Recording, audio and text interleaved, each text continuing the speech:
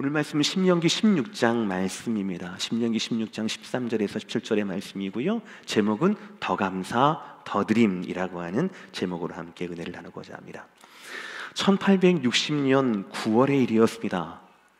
미국 미시간 호수에서 한 척의 유람선이 떠 있었는데 암초를 피하지 못하고 좌초가 되어서 그 유람선 안에 있던 모든 승객들이 수몰될 위기에 있었습니다.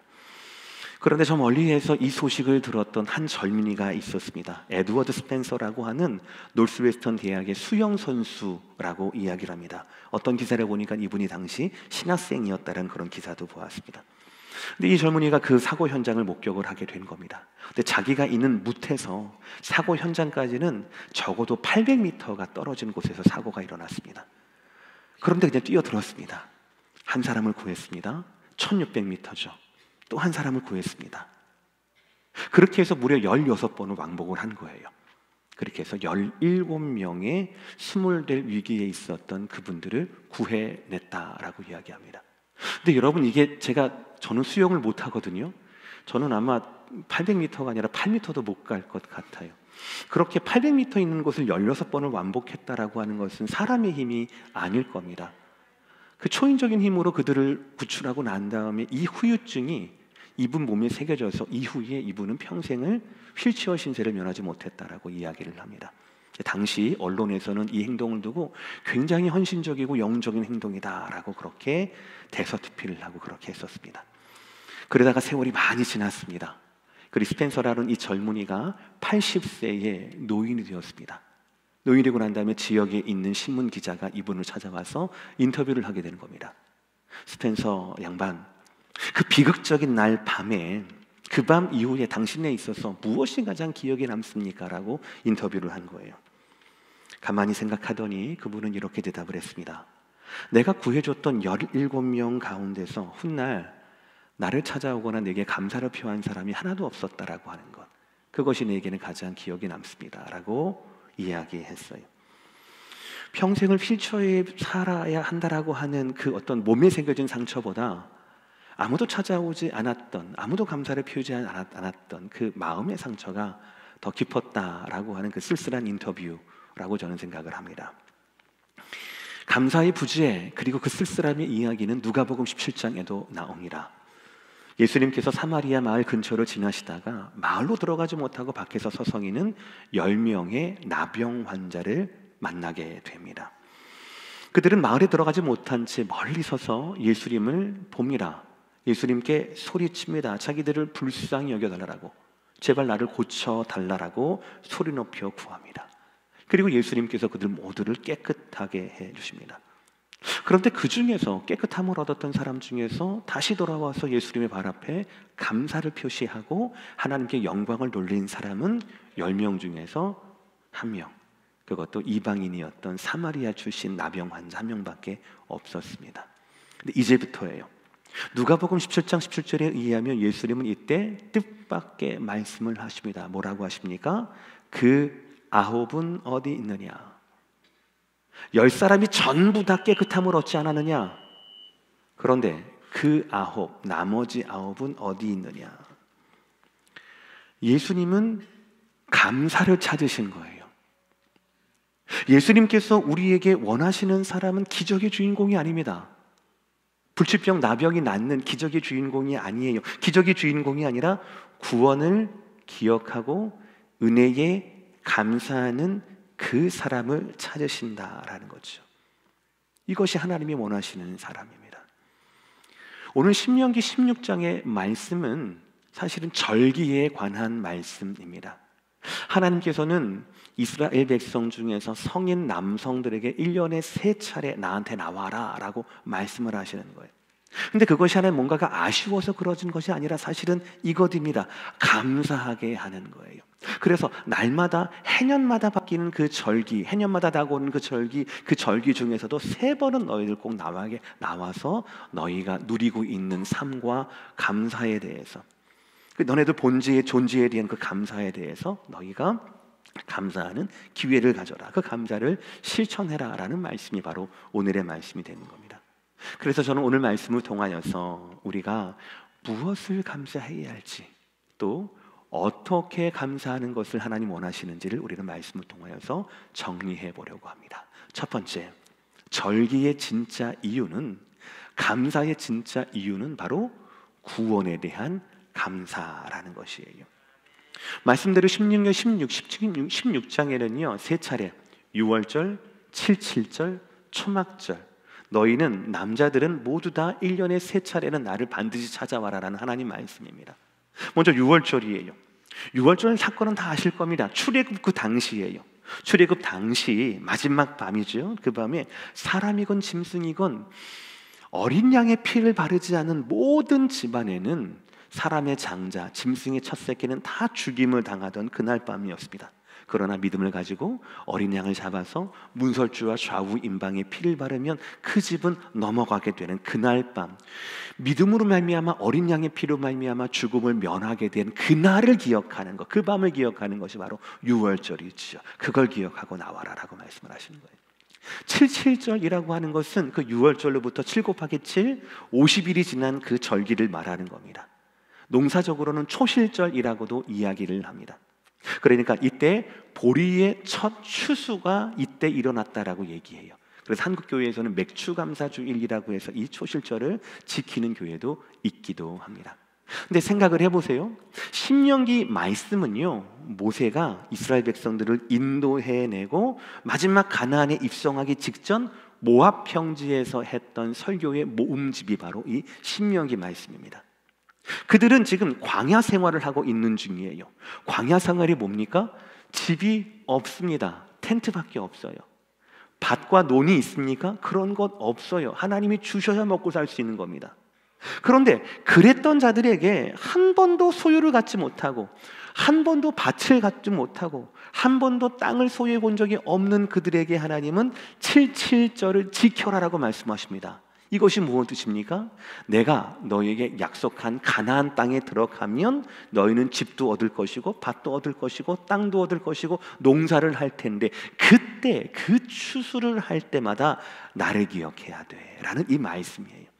아직 다가가진 않았지만 우리의 소망에 대한, 새로운 땅에 대한 삶을 살 때 만족하고 그냥 아이고 좋아라 이렇게만 하지 말고 그때 나를 기억해야 돼 라고 하는 것이 77절에 대한 하나님의 말씀이고 마음이었다라는 거예요. 마지막 세 번째가 오늘 말씀의 주인공인 우리 초막절입니다. 오늘 마지막 초막절 말씀 13절의 말씀 다 함께 읽겠습니다. 시작. 너희 타작마당과 포도주 틀에 소출을 거두어 드린 후에 이래 동안 초막절을 지킬 것이요. 이거는 사실 지금으로 하면 추수감사주일이에요. 그러니까 한 해의 모든 농사를 다 마치고 난 후에 그것을 기념하여서 드리는 것이 초막절이에요. 근데 초막절에는 두 가지 별명이 있어요. 하나는 수장절이라고 하고 하나는 장막절이라고 합니다. 수장절은 아까 77절을 초실절이라고도 얘기했죠. 농사를 보자라면 1년의 모든 소출을 다 거둬들이고 창고에 수장, 즉 창고에 저장하는 것을 기념하는 것이 수장절이라고 하는 겁니다. 또 다른 의미에서는 바로 뭐냐면 장막절이에요. 그러니까 40년 동안 텐트를 치고 살았잖아요. 40년 동안 광야에서도 하나님이 먹이지 않으시면 굶는 겁니다. 하나님이 입히지 않으면 추워서 죽는 겁니다. 40년 동안 하나님은 한결같이 먹이시고 입히시고 그들을 채우셨다라는 것을 기념하게 하는 것, 기억하게 하는 것이, 이것이 바로 장막절로서의 초막절이었다라는 거예요. 그러니까 구원의 의미가 있는 거죠. 좀 복잡하게 설명을 드렸지만 이렇습니다. 세 가지 절기 모두가 다 출애굽, 광야 생활, 새로운 땅 가나안에서의 삶에 대한 약속이 연관되어 있습니다. 이게 중요한 겁니다. 하나님의 이스라엘 성년 남성들에게 1년에 세 차례 나와라 라고 하는 것이 뭐 아쉬워서가 아니라 6월절을 통하여서 너희들 출애굽했던, 구원받았던 과거를 기억하라는 겁니다. 77절을 통하여서 너희의 진짜 소망이 누구냐? 나 아니냐? 라는 말씀인 겁니다. 또 초막절을 통하여서도 너희가 아무것도 없던 광야에서도 체험을 얻지 않았느냐? 너희의 오늘을 채우는 것 누구니? 나다라는 말씀인 거거든요. 그러니까 이스라엘의 절기는 단순한 국경일이나 빨간 날이 아니었습니다. 과거에도 현지에도 미래의 소망에도 너희의 구원과 너희의 삶의 채움과 미래의 소망의 주인이 누구다? 바로 나 여호와 하나님이다 라는 것을 너희는 기억해라. 그래서 1년에 3번씩 과거와 현재와 미래에 대한 주권자가 나 여호와 하나님이라는 것을 기억하고 감사하며 나에게 나와라 라는 말씀이라는 거예요. 이를 통하여서 너희를 향한 나의 약속이 옛날 모세 시대의 원타임만 있는 것이 아니라 절기를 지키면서 영원토록 너희에 대한 나의 구원과 나의 손길은 영원할 것이다, 계속될 것이다 라고 말씀하시는 것이 바로 이 절기에 대한 하나님의 마음이라는 거예요. 우리도 함께 15절의 말씀 읽어보겠습니다. 시작. 내 하나님 여호와께서 택하신 곳에서 너는 이레 동안 내 하나님 여호와 앞에서 절기를 지키고 내 하나님 여호와께서 내 모든 소출과 내 손으로 행한 모든 일에 복 주실 것이니 너는 온전히 즐거워할지니라. 아멘. 사랑하는 성도 여러분, 만약에 저와 여러분의 감사의 대상이 우리의 소득이라면, 한 해 동안 노력하고 한 해 동안 농사지었던 것이 우리의 감사의 전부라면, 그것 때문에 내가 감사해야 한다라면 저 말씀 이상한 겁니다. 이미 추수가 끝났거든요. 추수가 끝나고 창고에 다 저장을 했습니다. 적으면 적은 대로, 많으면 많대로, 풍년은 풍년대로, 흉년은 흉년대로 다 끝난 거예요. 그게 바로 뭐예요? 내 모든 소출과 내 손으로 행한 모든 일이에요. 그러나 하나님은 복을 어디에다 주십니까? 이미 끝난 일에, 이미 끝난 일에 하나님이 복 주실 것이다 라고 말합니다. 만약에 내 소유가, 내 농사가 내 창고에 얼마나 들여 있는지, 저장되어 있는지가 내가 바라는 복의 전부라면 나는 이미 받을 복이 없는 거예요. 다 받았으니까요. 그렇죠? 근데 하나님 말씀은 아니에요. 이 복 말고도, 창고에 저장되어 있는 복 말고도 나한테 주실 복이 있다라는 말씀인 겁니다. 사실은 한글 번역에서 좀 미싱한 게 있어요. 제가 가로에 넣었어요. 히브리 원어에는 복 주실 것이다 라는 이 동사에 목적어가 있어요. 그게 바로 뭐냐면 너를 복 주실 것이다 라는 겁니다. 내 소유가 아니라, 내 밭에가 아니라, 내 양에게만 아니라, 내 재산에게만 복을 주시는 것이 아니라 그 하나님께서 주시는 복의 1순위가 바로 뭐냐면 나 자신이라는 것이에요. 아멘 하시길 바랍니다. 내 건강이 복의 전부라면, 여러분의 재산이 복의 전부라면, 여러분이 하고 싶었던 일을 향하는 것, 성취하는 것, 그것이 만약에 하나님께 구해야 할 복의 전부라면 우리의 복은 점점 약해지는 것, 흐려지는 것, 없어지는 것, 자신 없어지는 것 아니겠습니까? 그러나 하나님께서 우리에게 주시는 복은요, 내 소출 위의 복이에요. 이 소출을 포함한 내 존재 전부에 대한 나 자신이 바로 하나님의 복의 대상이라는 것이죠. 요한 3서 2절에 보시면 사랑하는 자여 내 영혼이 잘됨같이 범사가 잘되고 강건하기를 간구한다라고 말씀을 하거든요. 우리는 모든 것들이 잘 되어야 합니다. 건강해야 되고 돈도 많아야 되고 우리가 인격적으로도 뭐가 없어요. 그래야 행복한 인생이 되죠. 남들이 부러워할 만한 인생이 되죠. 그러나 그 중에 첫 번째가 뭡니까? 내 영혼이 잘됨과 같이 내 자체가 하나님 앞에 내 스스로가 복의 대상이 되지 않는데 소유가 무슨 소용이 있습니까? 아니라는 것이죠. 그러니 여러분, 우리가 가장 먼저 감사할 것이 무엇입니까? 우리를 우리 되게 하신 하나님, 우리에게 복음을 주셔서, 예수를 주셔서 은혜를 알게 하시고 영원한 구원을 얻게 하신 그 하나님, 구원의 하나님이 바로 저와 여러분이 첫 번째 감사해야 할 하나님이다라는 것이죠. 이것을 기억하는 것, 구원을 기억하는 것, 과거, 현재, 미래 이 모든 주권이 하나님께 있다라고 하는 것, 이것이 바로 절기를 정하신 목적이다라는 것이지요. 그러면 우리는 이 절기를 어떻게 지켜야 할까요? 좀 중요한 말씀이거든요. 이대지 다 함께 따라하겠습니다. 시작. 초월적 감사로 즐거워해야 한다라는, 초월적인 감사로 즐겁게 지켜야 한다라는 것이죠. 신명기 말씀이 모세의 입술을 통해 전해진 지가 3,500년이 지났지만 유대인들은 아직까지도 이 초막절을 지킨다라고 얘기합니다. 살던 집을 떠나서 공터에 텐트를 짓고 거기에 일주일 동안 있는데요. 참 대단한 것 같아요. 근데 만약에 도시 생활을 한다, 아파트에 있다라고 하면 베란다에서 이렇게 한다라고 얘기합니다. 하나님 말씀을 어떻게든지 3,500년 시간을 넘어서 구체적으로 지키려고 하는 그의 열심이 참 저에게 도전이 많이 되는 것 같기도 해요. 그런데 말씀을 다시 보니까 이미 하나님은 절기를 지켜라라고 말씀하신 3500년 전에 신약의 말씀, 오늘의 말씀을 통하여서 우리에게 구체적인 가이드라인을 주셨어요. 세 가지입니다. 14절 15절 우리 다 함께 읽겠습니다. 시작. 절기를 지킬 때에는 너와 내 자녀와 노비와 내 성중에 거주하는 레위인과 객과 고아와 과부와 함께 즐거워하되 내 하나님 여호와께서 택하신 곳에서 너는 이래 동안 내 하나님 여호와 앞에서 절기를 지키고 내 하나님 여호와께서 내 모든 소출과 내 손으로 행한 모든 일에 복 주실 것이니 너는 온전히 즐거워할지니라. 아멘. 17절까지 보셔야 되는데요, 세 가지가 있습니다. 구체적인 명령이에요. 근데 이 세 가지 구체적인 명령에 공통점이 있어요. 그게 바로 뭐냐면 초월적이라는 거예요.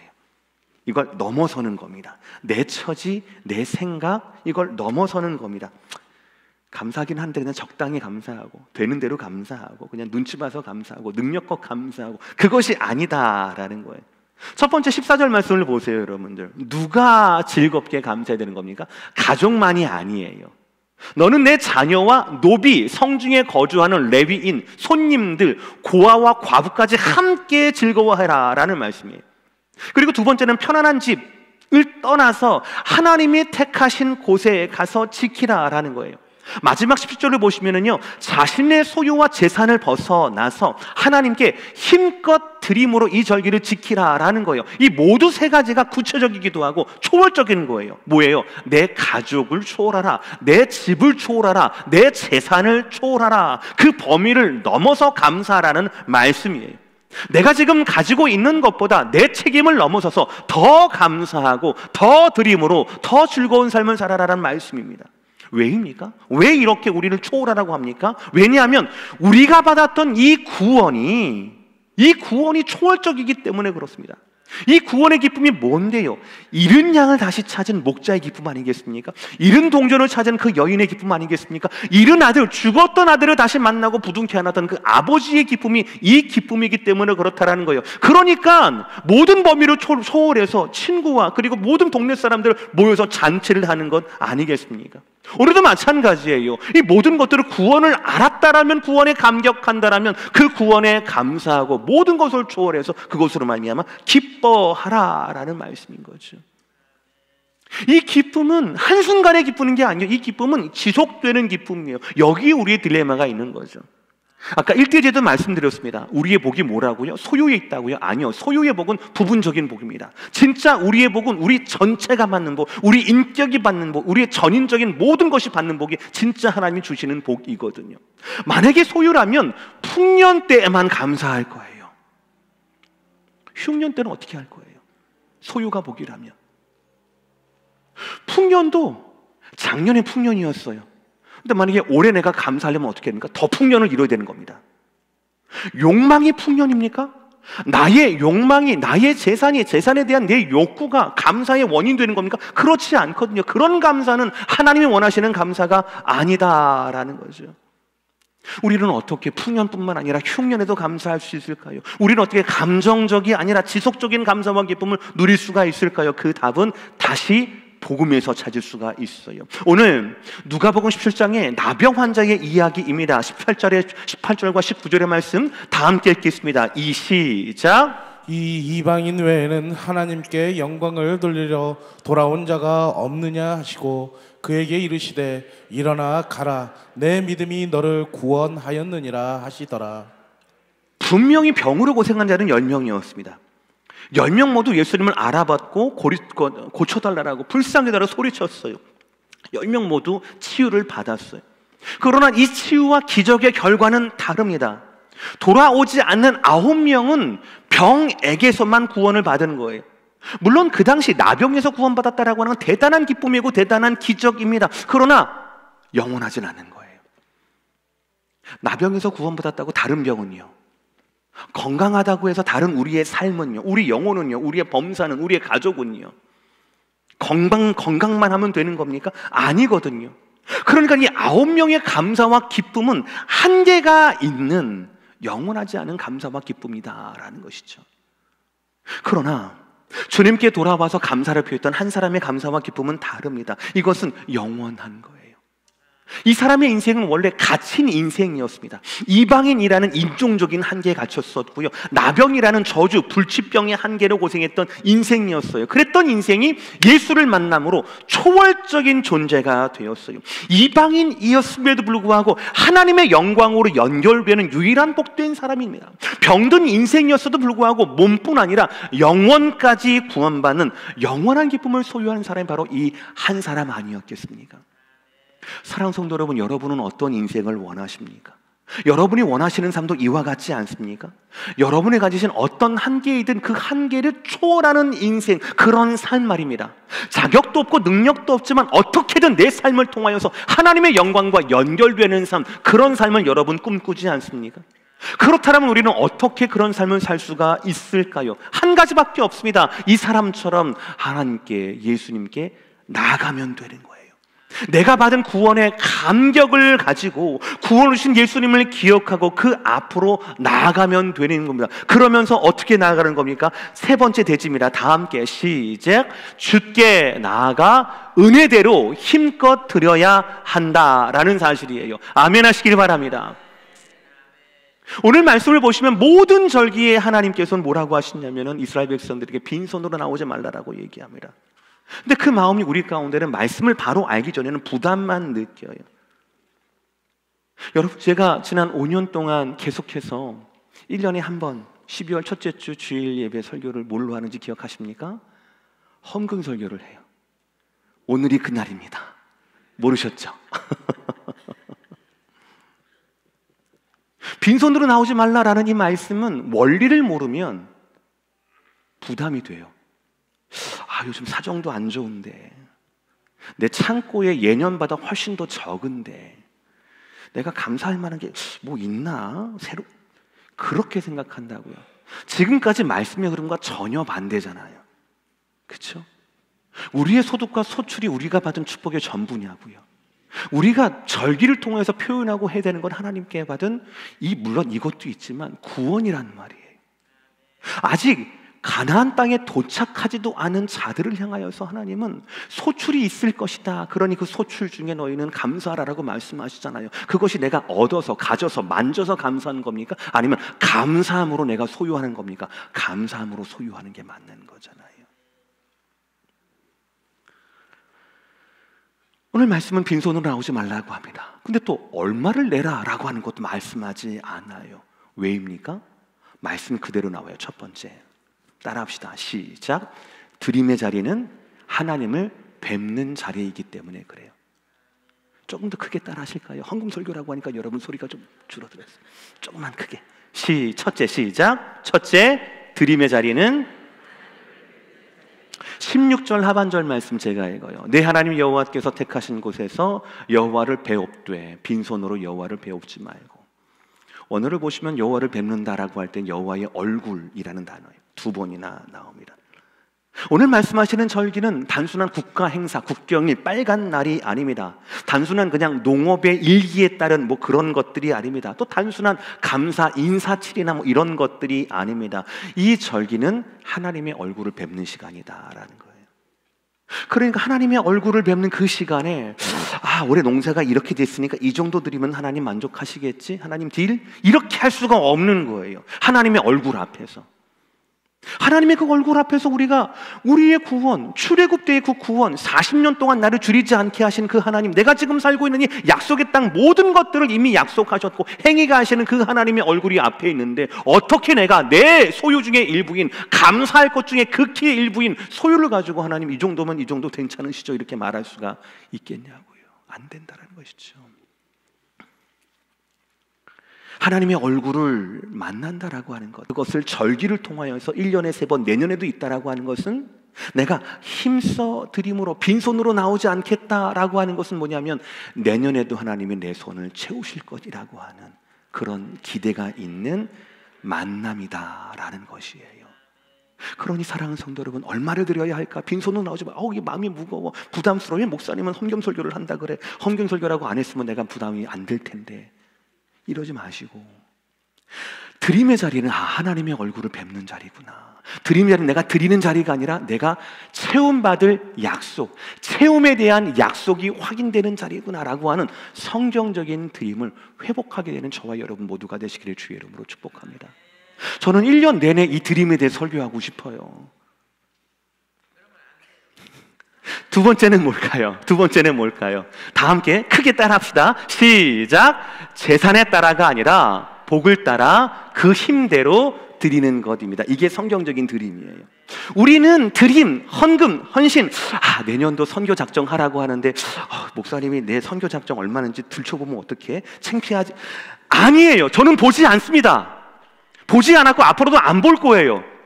그러니까 많이 하세요. 안 보게. 재산에 따라가 아니에요, 여러분들. 소출에 따라가 아닙니다. 재산에 따라가 아니라 오늘 말씀대로 복을 따라 힘대로 드리는 것, 이것이 하나님이 원하시는 헌금이고 드림이라는 거예요. 말씀을 보세요. 17절의 말씀 다 함께 시작!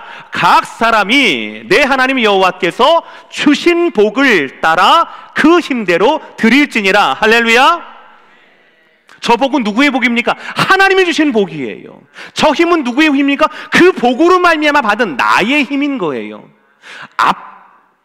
대가리라고 할 뻔했어요. 앞을 딱 잘라가지고 그냥 그 힘대로 들을지니라. 빈손으로 나오지 마라. 그 힘대로 들을지니라. 그러니까 헌금 액수가 재산이 여러분의 마음 전부가 아니라는 겁니다. 하나님 그걸 원하지 않으세요.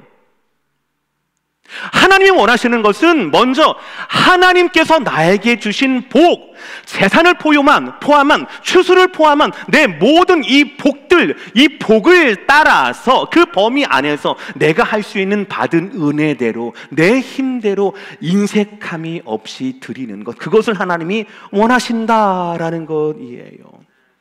물론 여러분, 예물을 드려야만, 헌금을 드려야만 나에 대한 하나님의 구원을 표시하고 은혜에 감사할 수 있는 것은 아닙니다. 반대로 예물을 풍성하게 드렸다라고 해서, 많은 액수를 드렸다고 해서 그것이 온전히 감사하는 마음으로 드렸다라고 해석할 수도 없는 겁니다. 그래서 제가 액수를 안 보는 거예요. 제가 서류를 안 보는 겁니다. 억지로 드리는 경우가 있거든요. 체면치레로 드리는 경우가 있기 때문에 그렇습니다.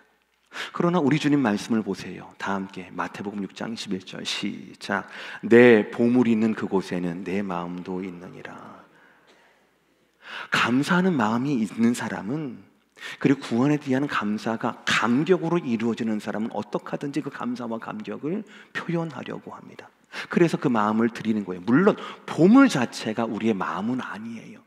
그러나 주님 말씀처럼 보물이 있는 곳에 우리의 마음이 있는 것도 부인할 수 없다라는 것이죠. 그러니 사랑하는 성도 여러분, 절기를 지키라라고 하는 오늘 이 말씀을 주님께서 주신 그 복을 따라서 힘껏 드리라는 오늘의 말씀으로 해석을 하시고 복된 말씀으로 아멘 하시는 저와 여러분 모두가 되시기를 주의 이름으로 축복합니다.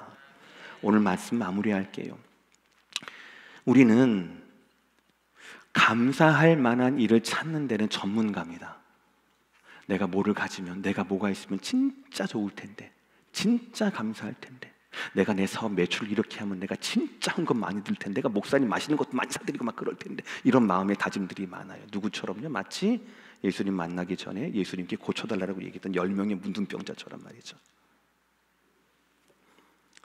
그러나 이미 누리고 있는 감사한 일에 대해서 감사를 표시하거나 그것을 감격적으로 나오거나 그것을 가지고 주님께, 하나님께 영광을 돌리는 일, 그런 일에는 그렇게 열심이지 않습니다. 누구처럼요? 10사람 중에 9사람처럼 말이죠.